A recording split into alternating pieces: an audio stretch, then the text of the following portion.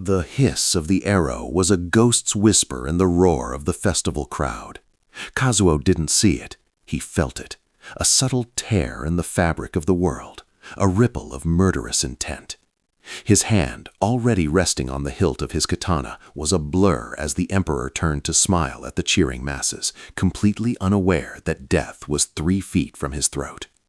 There was no time for thought, only for the 20 years of training that had calcified into pure instinct. 1,138 steps from the palace gate to this viewing pavilion. He knew every grain in the wood, every potential sniper's nest in the surrounding rooftops. He had walked this path with the Emperor over 4,000 times. In the space of a single heartbeat, Kazuo's body moved. He didn't shout a warning. A warning was an admission of failure.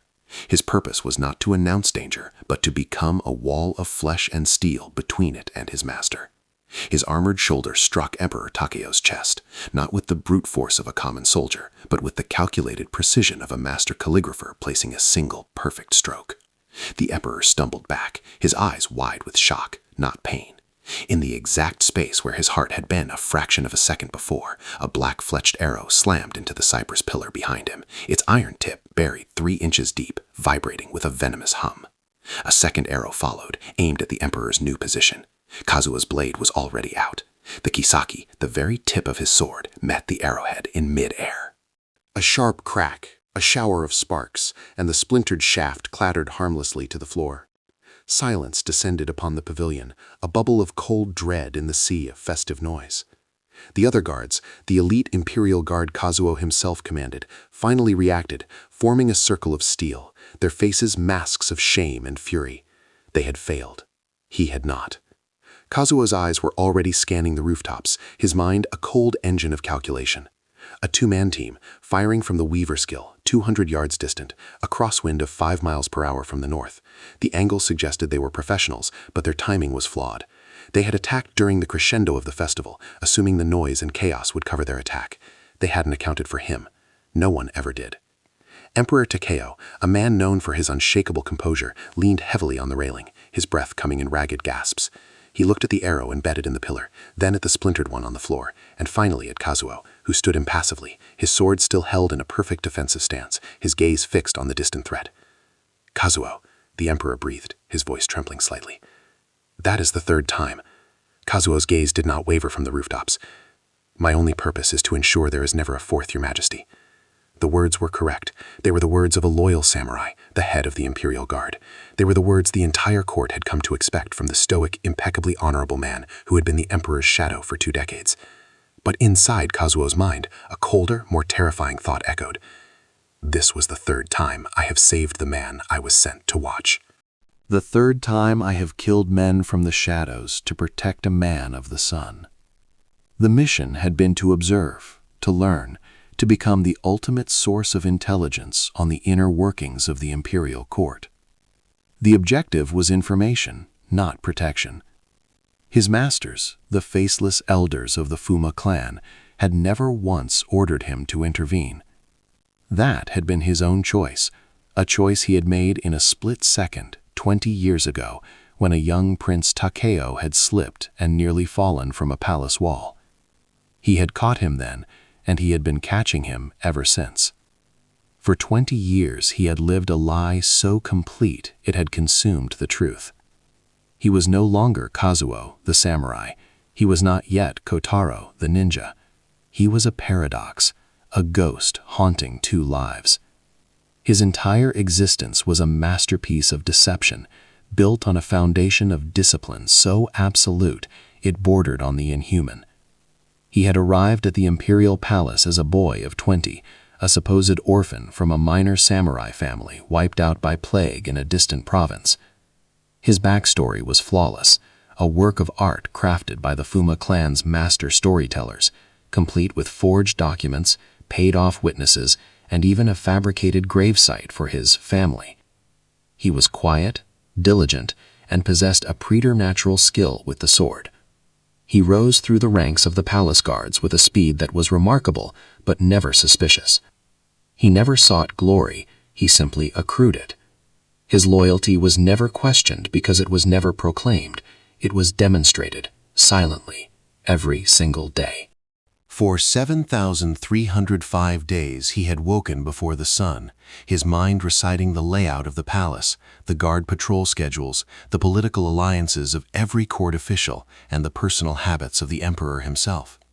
He knew that Emperor Takeo preferred his tea slightly bitter. He knew the emperor slept on his left side and had a recurring nightmare about drowning. He knew the emperor's favorite go strategies and could anticipate his moves 12 steps ahead. He knew the name of the emperor's first love, a secret the man had confessed to him one drunken night after a bitter political defeat in the court. These were not the observations of a spy. They were the intimate knowledge of a friend. And that was the danger. The Fuma clan had trained him to be a tool, a vessel for the mission. They had starved him, beaten him, and pushed him to the limits of human endurance to strip away his identity, to make him a blank slate upon which they could write their orders.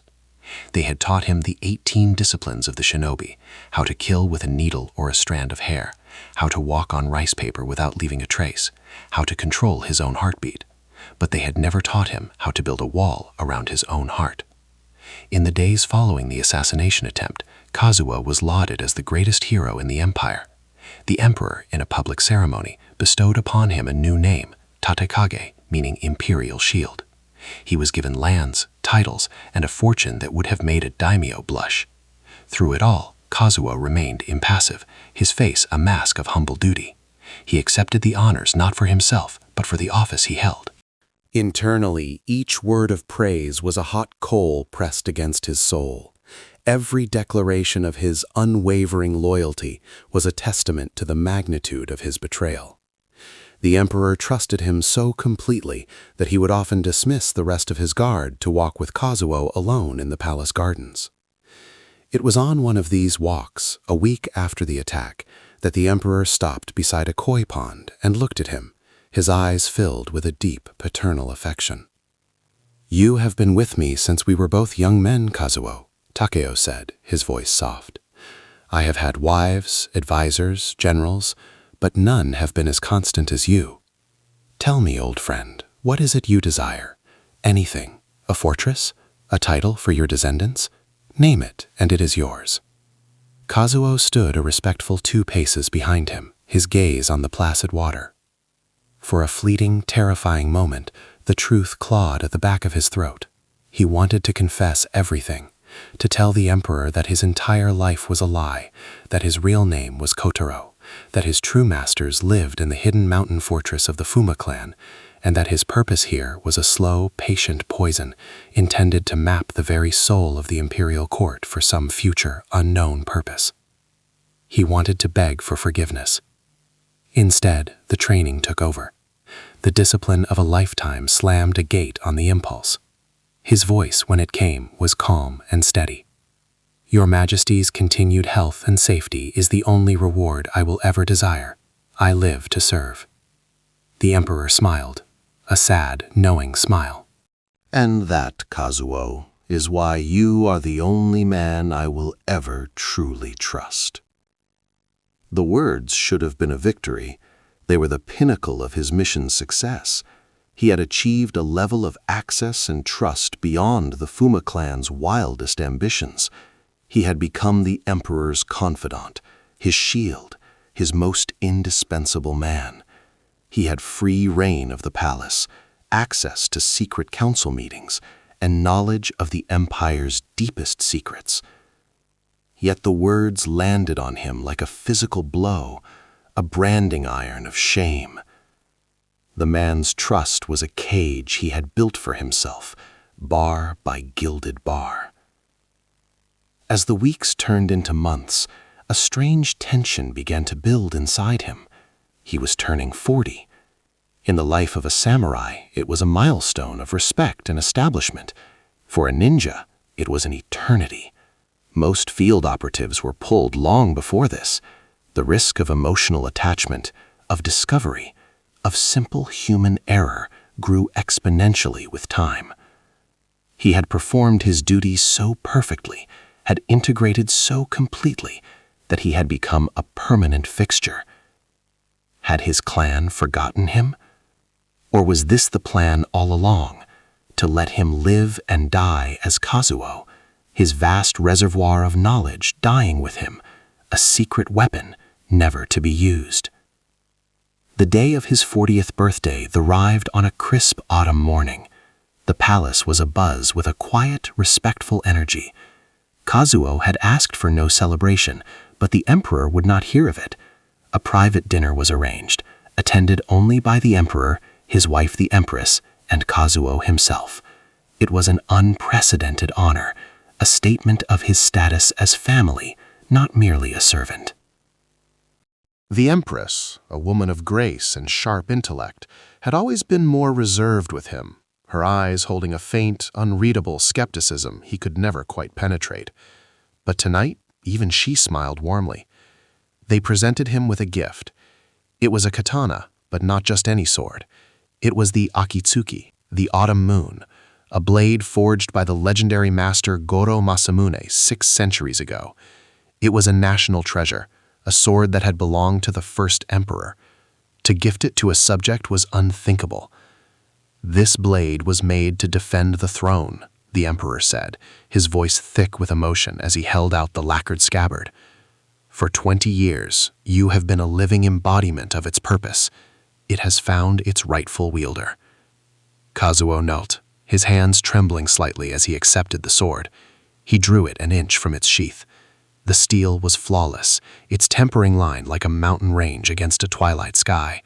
It hummed with a latent power, a history of honor and noble deeds. And it was now his, a symbol of everything he was supposed to be, and nothing he truly was. He bowed his head, so low his forehead nearly touched the tatami mat, overwhelmed not by gratitude, but by a profound, crushing sense of sacrilege. Later that night, long after the emperor had retired, Kazuo sat alone in his Spartan quarters, the Akitsuki resting on a stand before him. The palace was silent.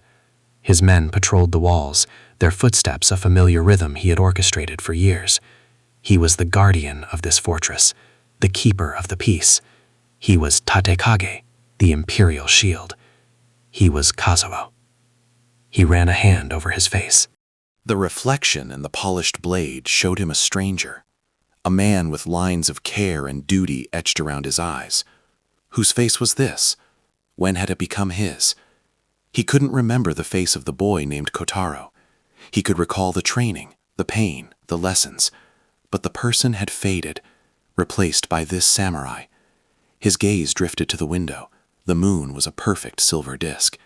On an impulse he could not explain, he went to the small, unadorned chest where he kept his few personal effects. At the very bottom, beneath spare kimonos and cleaning oils, was a small silk-wrapped bundle he hadn't touched in years. His fingers, trained to be impossibly sensitive, unwrapped it. Inside was a single shuriken, a throwing star. It was the simple, unadorned design of the Fuma clan, a relic from another life. He held the cold steel in his palm, the sharp edges pressing into his skin. He had become so used to the weight of a katana, he had forgotten the light, deadly balance of a ninja's tool. As he stared at it, a sound no louder than a mouse's breath drew his attention, a slight thump against the paper of his shoji screen. His heart, for the first time in 20 years, seized in his chest. It wasn't the sound of an attack. He knew all those sounds. This was something else, something precise. He rose silently, his movements fluid, and slid the screen open a mere fraction of an inch. There, embedded in the dark wood of his veranda, was a single black-fletched arrow. It was identical to the one that had almost killed the emperor, but this one had no iron tip. In its place, tied with a single strand of black silk, was a tiny rolled scroll of rice paper. His blood ran cold. It was a delivery. A message. He knew the signal. It was the one he had been trained to recognize since childhood, the one he had begun to believe would never come. His hand shook as he plucked the arrow from the wood. With painstaking slowness, he untied the silk knot and unrolled the scroll. The moonlight fell upon a single vertical line of perfect calligraphy. The brushstrokes were stark, unforgiving. There were no pleasantries, no salutations. Just a command. A command that shattered the world he had so carefully constructed, that took the samurai Kazuo and executed him on the spot. leaving only the ghost of a ninja in his place. The message was 6 words. Your service is complete. Come home. Your service is complete. Come home. The 6 words echoed in the profound silence of his mind, stripping away 20 years of identity like a surgeon peeling back skin. Home. The word itself was an absurdity. Was home the cold Spartan barracks of the Imperial Guard, the only bed he had known for half his life? Was it the sprawling palace, whose every secret corridor and hidden chamber was mapped in his memory more clearly than the lines on his own hand? Or was it a place he could no longer truly picture, a mist-shrouded mountain fortress filled with faceless men who had sent him into this gilded cage and forgotten him? For a long moment, Kazuo did not move. He was a statue on the veranda. Kazuo, the Imperial Shield, the Emperor's most trusted friend, had just been ordered to commit suicide. Not a physical death, but something far more absolute, a complete and total erasure. Kotaro, the ninja of the Fuma clan, was being resurrected. His first impulse was not analytical. It was a raw, visceral wave of grief. A hollow ache bloomed in his chest for the man he had to kill, himself. He grieved for the simple, ordered life of duty. He grieved for the quiet respect in the eyes of his men. He grieved for the profound, complicated bond he shared with Emperor Takeo, a bond forged in shared danger and quiet understanding. It was all a lie, but the feelings had been real, hadn't they? The discipline had been real. The loyalty he had performed day after day had been so perfect, so complete, that the performance had become the reality. He slid the shoji screen shut, plunging the room into darkness, save for the single sliver of moonlight that fell upon the Akitsuki sword. The autumn moon, a national treasure, a symbol of his fabricated honor. He walked to it, his movements stiff, alien. He reached out and touched the lacquered scabbard, the silk wrapping cool against his fingertips. This sword represented the pinnacle of the samurai ideal: duty, honor, loyalty unto death. A lie. In the chest across the room, the Fuma shuriken represented the truth: silence, deception, and victory through any means necessary.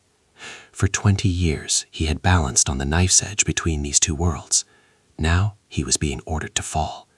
He sank to his knees before the sword, his mind a maelstrom. Why now? The question hammered at him. For 2 decades there had been nothing, not a single word, not a hidden signal. He had been left to his own devices, a seed planted and seemingly forgotten. He had assumed the mission was indefinite observation. Perhaps his purpose was to live out his entire life here, a silent guardian, his accumulated knowledge to be passed on only if he were ever extracted in his old age.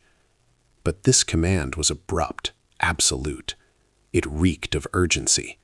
Had the failed assassination attempt forced their hand? Did they believe the court was too unstable? Or did they believe he, Kazuo, was becoming compromised? The thought was a shard of ice in his gut. The way he had shielded the Emperor, the 3rd time he had actively intervened to save his life, perhaps that was it. A loyal samurai would have done the same. But a ninja's primary duty was to the mission, not to the target. In saving the Emperor, had he finally proven to his masters that he was no longer their tool?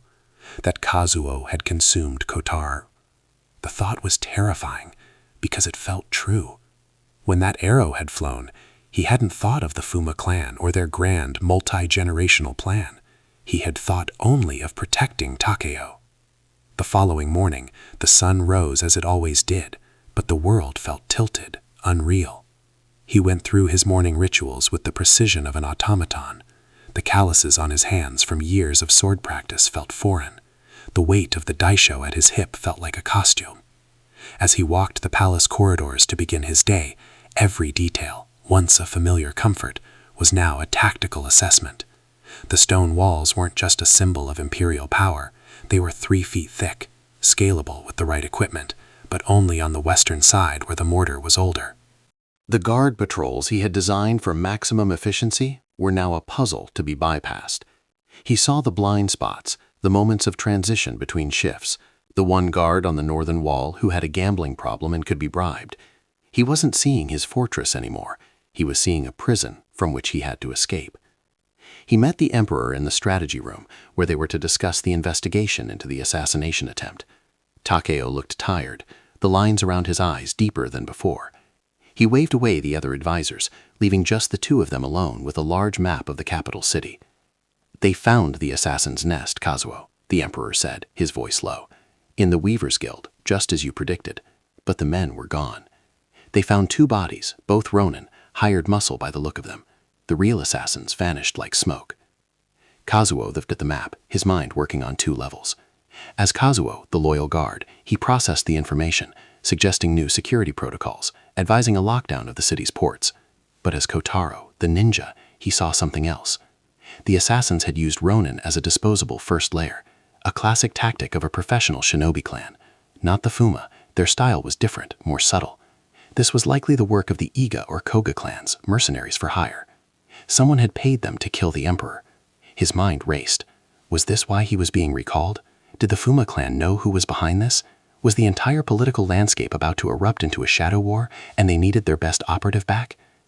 "We must redouble our efforts," Kazuo said, his voice a steady baritone.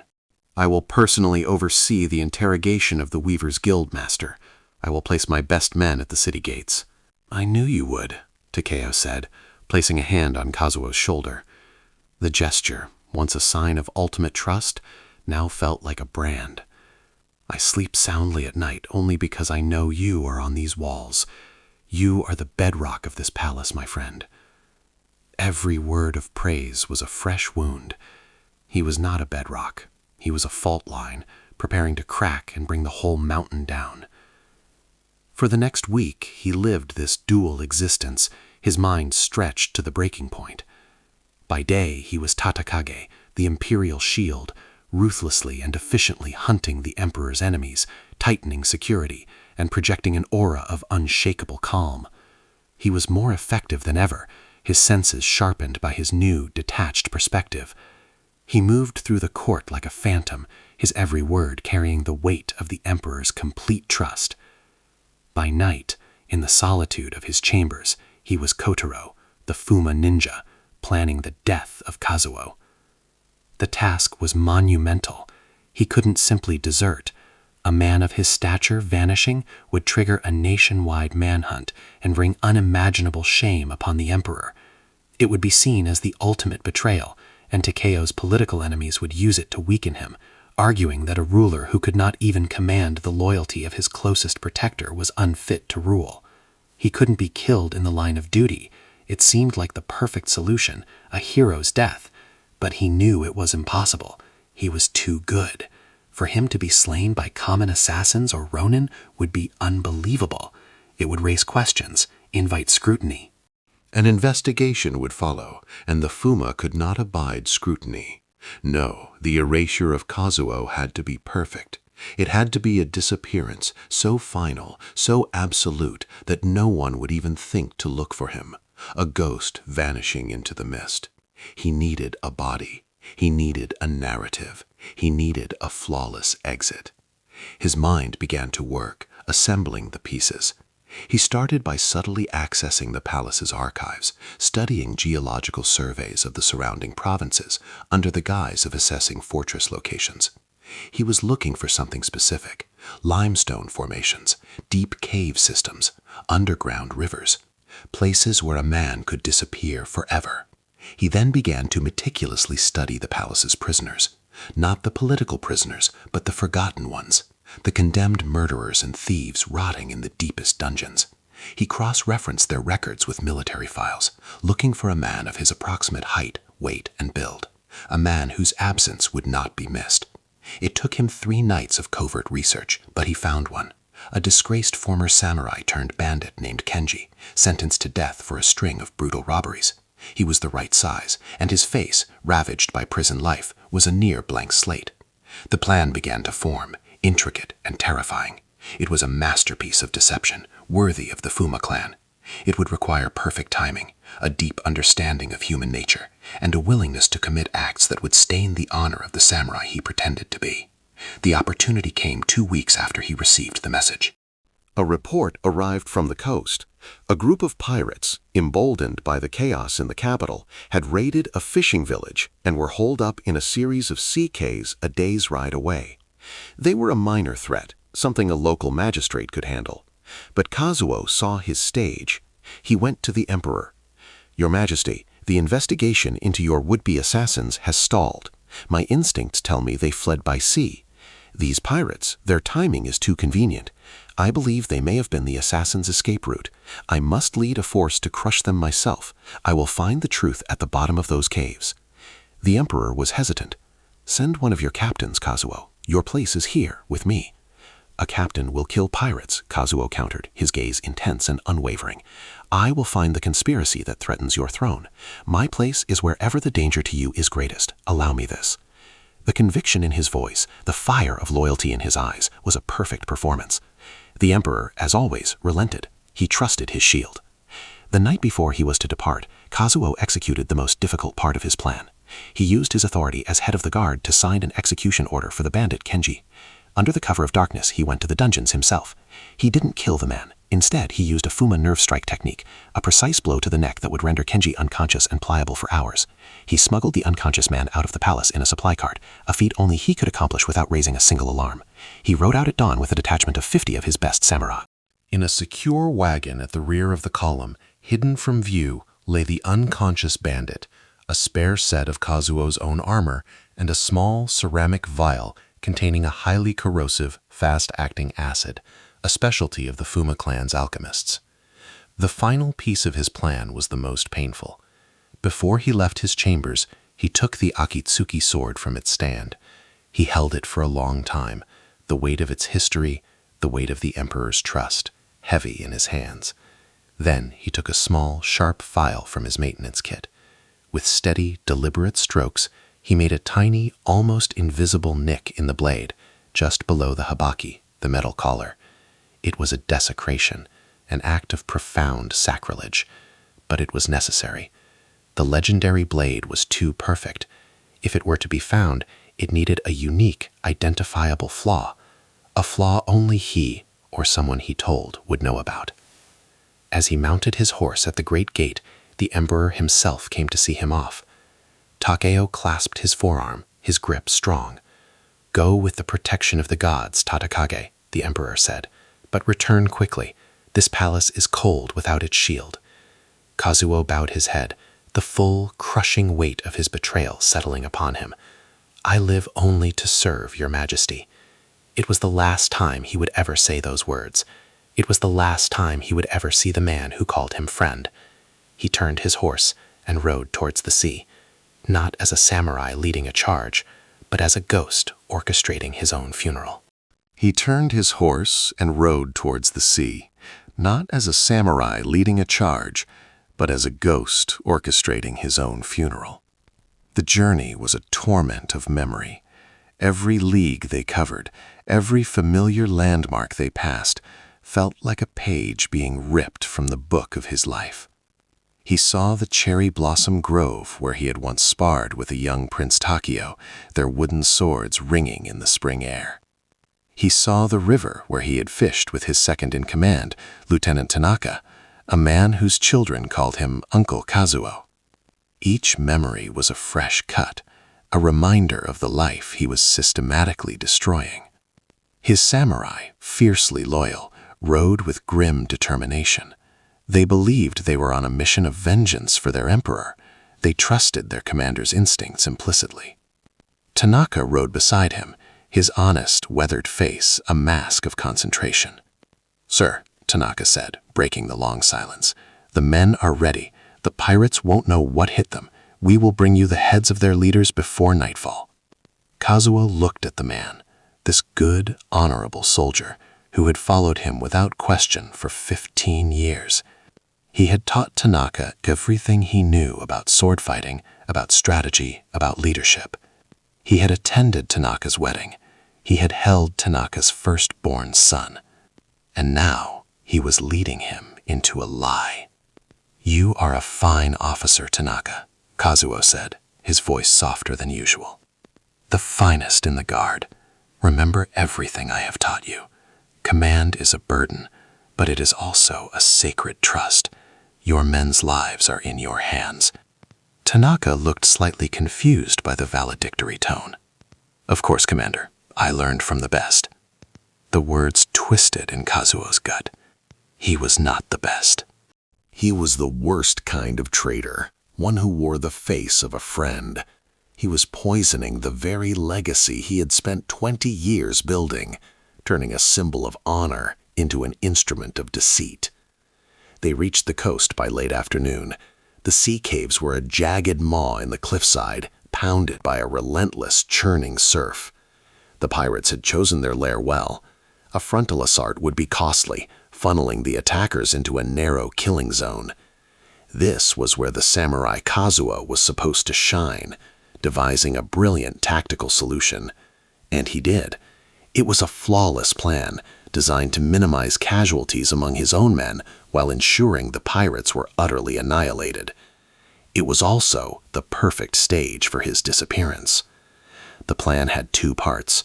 He would lead a small elite team of 10 men, including Tanaka, on a flanking maneuver, climbing the treacherous cliffs to enter the cave system from a higher secondary entrance he had identified through scouts. The main force would wait for his signal, a single fire arrow, before launching their assault on the main entrance, catching the pirates in a pincer. As dusk began to settle, casting long purple shadows over the water, Kazuo gathered his small team. The air was thick with salt spray and tension. He looked at the faces of the 9 men and Tanaka, the absolute cream of the Imperial Guard, warriors who would follow him into the jaws of hell. He felt a surge of something he couldn't name: pride, shame, regret. It was a bitter cocktail. "The climb will be difficult," he said, his voice the familiar, calm tone of command. "Sound discipline is paramount. We move as one. We strike as one." "For the Emperor! For the Emperor!" they echoed, their voices a low, determined growl. The climb was perilous. The rock was slick with moss and spray. One slip meant a fatal fall onto the jagged rocks below. But these were his men, trained to perfection. They moved like mountain goats, their silence broken only by the roar of the waves. Kazuo led the way, his movements fluid and certain. This was a ninja's work after all. Climbing, infiltration, silent movement. It was like shrugging on an old, familiar cloak. They reached the secondary entrance, a narrow fissure hidden behind a curtain of sea-worn vines. Inside, the cave was a labyrinth of echoing darkness. The air was cold and damp, smelling of brine and bad guano. They lit a single shielded lantern. "Tanaka," Kazuo ordered, "take 5 men and secure this passage. The rest of you with me. We will find the main chamber and give the signal." Tanaka nodded, his expression unreadable in the flickering light. "Be careful, Commander."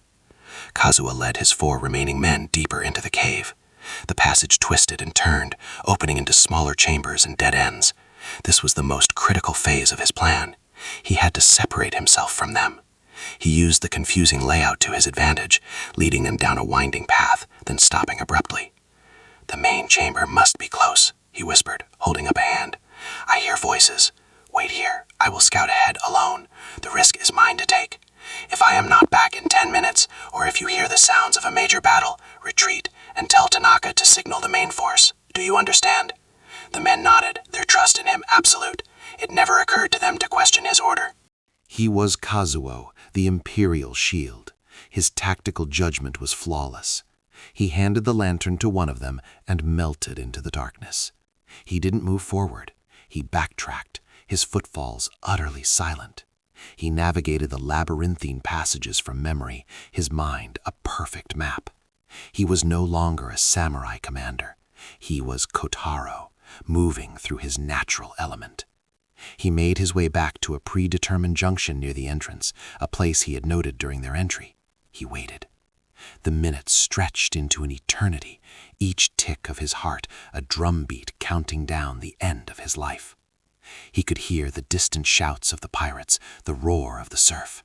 Soon, his men would become anxious. Finally, he heard what he was waiting for. The sound of his 4 men moving cautiously back the way they came, their 10 minutes having elapsed. He flattened himself into a narrow crevice as they passed, their armor clinking softly. They were following his orders perfectly. Once they were gone, he moved swiftly. He raced back to the entrance where he had left Tanaka. He found them waiting, tense and alert. "Commander," Tanaka said, relief washing over his face. "What did you find?" "The main chamber is just ahead, heavily guarded," Kazuo lined smoothly. "The others are in position, waiting for my signal to create a diversion. The plan has changed slightly. The main assault will be our responsibility now. The pirates are concentrated at the sea-level entrance, expecting the attack from there. We will hit them from behind. It's risky, but it will shatter them." He was using his own reputation for daring, audacious tactics against them. Tanaka didn't hesitate. "Your orders, sir." "Give me your bow and the fire arrow," Kazuo commanded. "I will move to the edge of the overlook myself to give the signal. The moment it is fired, you and your men will charge. Do not wait for me. Your objective is the pirate captain. Go." He was sending them to their deaths, or so he hoped they would believe. It was a brutal, necessary calculation. The ensuing chaos was essential. He needed a battle so fierce, so confusing, that a single man going missing would be plausible. Tanaka handed him the bow and the single specially prepared fire arrow. "We will not fail you, Commander." It was the last time they would speak. Kazuo watched them disappear into the passage leading down towards the main cavern. He took a deep breath, the cold, salty air filling his lungs. He was now alone. The samurai Kazuo was about to die. He didn't move to the overlook. He raced back toward the hidden fissure they had used to enter the cave. He worked quickly, his movements economical and precise. He retrieved the wagon he had hidden in a grove of stunted pines near the cliff's edge. Inside, the bandit Kenji was beginning to stir, groaning softly. Kazuo reapplied the nerve strike, silencing him. He stripped the man and quickly dressed him in the spare suit of his own armor, the armor of the commander of the Imperial Guard.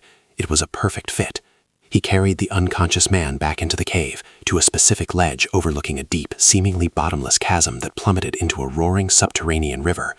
The sound of the water was deafening, a perfect cover. This chasm was the centerpiece of his entire plan. He laid the armored body on the edge of the precipice. Then he took out the ceramic vial. Unstopping it, he poured the acid over the man's face and hands. The effect was immediate and horrific. The flesh blackened and dissolved with a sickening hiss, erasing Kenji's features, turning him into an unidentifiable horror. This was the brutal calculus of the Fuma clan. No body could be left to chance. It had to be convincing. Now for the final touches. He took the akitsuki from his own belt, the autumn moon, his symbol of honor. He wedged the legendary sword into a crack in the rock next to the body, as if it had been dropped in a desperate struggle. He made sure the small, deliberate nick he had made in the blade was visible. It was his signature, the final, convincing piece of evidence. He could now hear the sounds of battle echoing from the main cavern below. Shouts, the clang of steel, screams. Tanaka and his men had engaged the pirates. The final act had begun. Kazuo stood for a moment, looking at the scene he had created. A body, clad in his armor, horrifically disfigured, lying at the edge of a chasm, his legendary sword dropped beside it. It was a perfect tableau of a hero's last stand. The commander, scouting ahead, ambushed by a pirate patrol. A desperate fight on the edge of a cliff, ending with him and his attacker plummeting into the abyss, leaving behind only his sword and the corpse of one of his foes. It was a story that would be told for generations. The noble death of Tatakage, the Imperial shield. He took off his own armor, piece by piece, until he stood in the simple black shinobi shizoku he wore beneath it. He was no longer Kazuo. He was Kotaro. He felt lighter, faster. A shadow returned to his true form. His last act as Kazuo was to fulfill his promise. He notched the fire arrow, drew the bowstring to his ear, and fired it not towards his main force, but out of the fissure and into the night sky. It streaked upwards, a brilliant red comet, before exploding in a shower of sparks. The signal. The main force at the sea entrance would now charge, catching the pirates in the pincer, just as planned. He had betrayed his men, But he had not abandoned them to die. His strategy was sound. They would win the battle. Their only casualty would be their commander. He did not wait to see the outcome. He dropped the bow and turned to the chasm. But he did not jump. That was the story for the samurai. The ninja had another way. From a pouch at his belt, he produced a coil of thin, immensely strong silk rope with a grappling hook at its end. He secured it to a rock outcropping and, without a sound, rappelled down into the darkness, into the spray of the subterranean river. He was a spider descending its thread, leaving the world of light and honor behind, plunging into the shadows where he belonged. He was going home. He was going home. The descent was a baptism in ice and roaring noise. The subterranean river raged below him, its spray soaking him to the bone, washing away the last 20 years of sweat, blood, and perfume from the imperial court. He moved with a practiced, detached efficiency, his hands and feet finding purchase on the slick rock face as he guided his descent. The sounds of the battle above faded, replaced by the thundering heartbeat of the earth. This was the world of the ninja, dark, wet, and unforgiving. It felt more honest than the gilded halls he had just left. He reached the river's edge, a narrow, shingle-strewn bank in the cavernous darkness. He cut the rope, severing his last physical link to the life of Kazuo. For a moment he stood perfectly still, letting his eyes adjust, his senses expanding to taste the air and feel the vibrations in the rock. Above him, a hero had just died. Down here, a tool was being reforged. The journey was grueling. He followed the underground river for miles, sometimes wading through waist-deep, freezing water, other times navigating treacherous, narrow ledges. He moved with the tireless endurance of the Fuma, his body a perfectly conditioned machine. He ate sparingly from the rations of dried fish and rice he carried, conserving his energy. He was erasing his trail not with deception, but with impossibility. No samurai would or could have survived this. No one would ever look for him here. After what felt like 2 days in the lightless underworld, he saw it, a faint glimmer of green, a subtle shift in the air, an exit. He emerged, blinking, into a dense, primordial forest, miles from the coast, in a province where no one would think to search for the ghost of a samurai commander. He was reborn into a world of shadow and moss. He was Kotaro. For the next month he traveled, never using roads, never entering a town larger than a handful of huts. He moved by night, living off the land, his skills as a survivalist as sharp as they had been 20 years ago. He shed the last vestiges of Kazuo's posture, the proud, straight-backed bearing of a samurai. He became stooped, nondescript, melting into the landscape, his eyes constantly scanning, assessing, disappearing. He was heading northeast, toward the jagged, mist-shrouded mountains that were the traditional home of the Fuma clan. As he drew closer, the land itself seemed to change, becoming more secretive, the trails more convoluted. He began to see the signs, invisible to any but the initiated. A particular knot tied in a hanging vine, a stack of 3 stones by a stream, a specific carving on the bark of an ancient cedar. He was being guided, watched. Finally, he arrived at a sheer cliff face, a dead end. He stood before it and waited. For a full hour, he did not move. Then a section of the rock, a masterpiece of engineering and camouflage, swung silently inward. A figure stood in the opening, clad in the same black shinobi shozoku as his own. The man's face was hidden by a dark cloth mask. "State your name and purpose." The guard's voice was flat, devoid of emotion. For the first time in 2 decades, he spoke his true name. "I am Kotaro. I have come home." He was led through a series of tunnels into the heart of the mountain. The Fuma fortress was not a castle of stone and wood, but a living hive carved from the rock itself.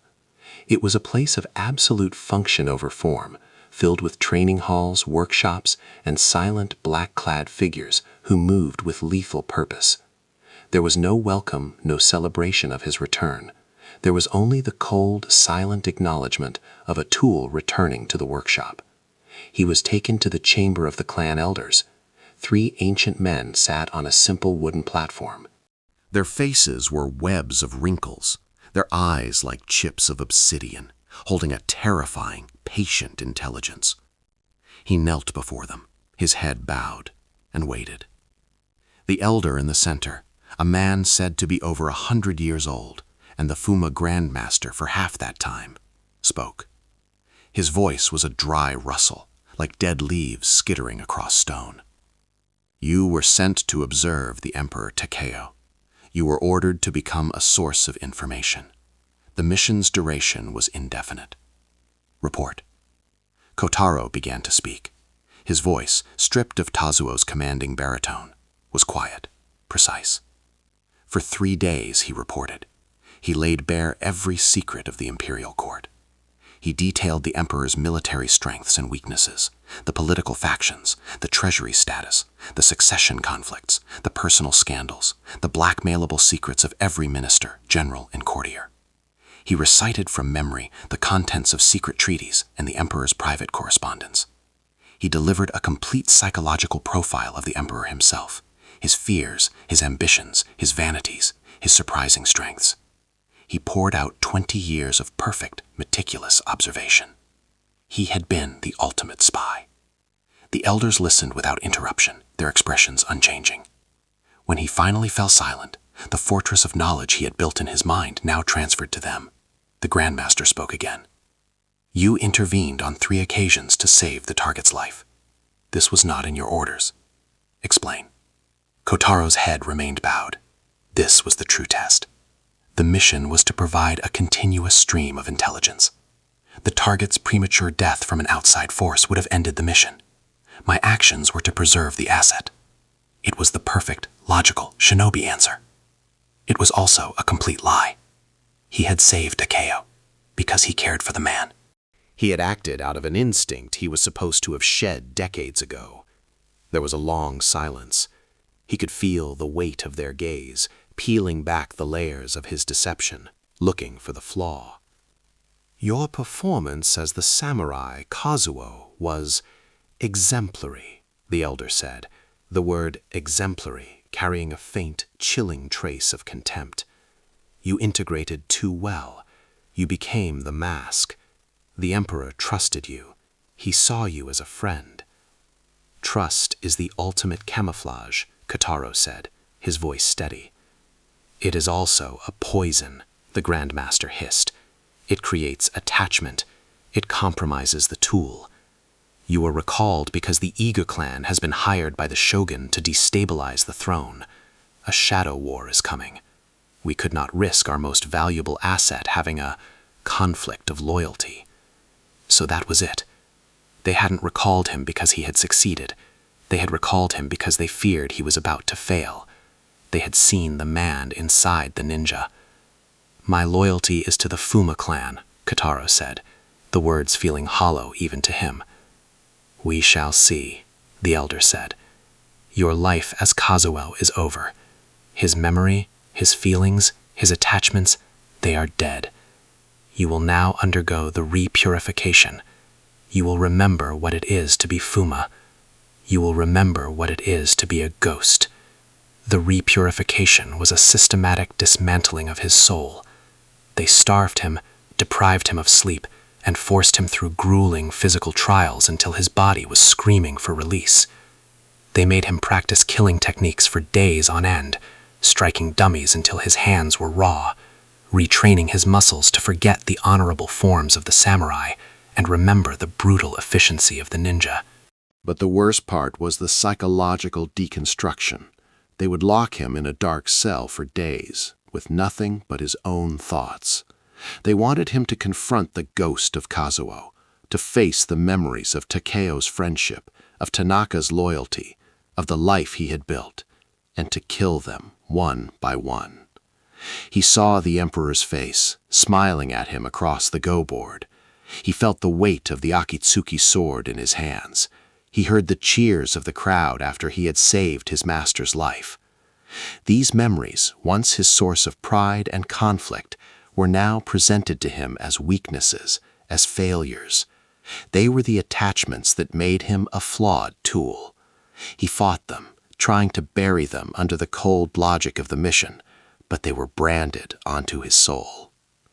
Weeks later, he was brought before the elders again. He was leaner, harder, his eyes holding a new, colder light. He had survived. "We have a mission for you, Kotaro," the Grandmaster said. "The Shogun's spy master, Lord Inoue, is the one who hired the Iga clan. He is the architect of the coming war. You will infiltrate his castle, learn his plans, and eliminate him." The mission was a suicide run. Lord Inoue's fortress was said to be impenetrable, his personal guard composed of the deadliest shinobi killers in the land. To send him there was to send him to his death. It wasn't just a mission, it was the final test. They were giving him an honorable way to die, to prove his ultimate loyalty by being expended. "I understand," Kotaro said. As he was leaving, the Grandmaster called out, "One more thing. News from the capital.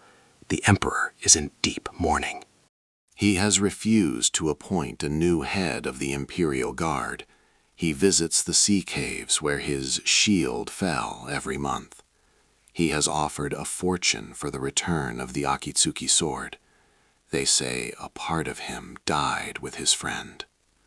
The words were meant to be a final twisting knife, a reminder of the attachment he needed to kill. Kotaro did not react. He bowed, his face an impassive mask, and turned to leave. But as he walked down the cold stone corridor, alone, a single traitorous thought surfaced from the depths of his repurified mind. It was not the thought of a ninja. It was not the thought of a tool. It was the thought of a man who remembered a sad, kind emperor who had called him friend. He would complete this mission. He would infiltrate Inoue's castle. But he would not do it for the Fuma clan. He would do it to protect the man whose life he had already saved 3 times. His loyalty, he finally realized, had never been to the shadows. It had been forged in the sun. He was no longer Kazuo, and he was not truly Kotaro. He was something else entirely, a ghost haunted by honor, a shield that would guard his emperor one last time, even if that emperor would never know it.